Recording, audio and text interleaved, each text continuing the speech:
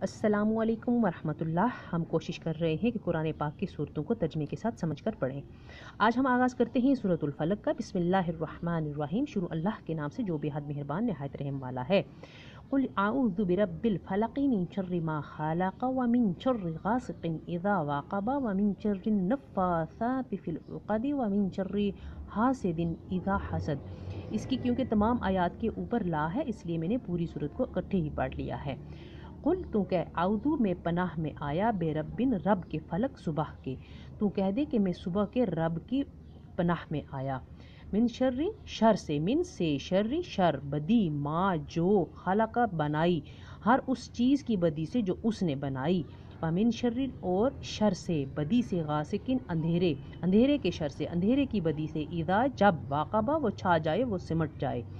ومن شر اور بدی سے، شر سے، نفاثاتی عورتوں کی جو گنہوں، فی میں، عقدی پھونک ماریں، ان عورتوں کے شر سے بھی میں پناہ مانگتا ہوں جو پھونک ماریں۔ ومن شر اور شر سے، بدی سے، حاسدن برا چاہنے والوں کی، اذا جب، حاسدہ وہ حسد کرنے لگیں۔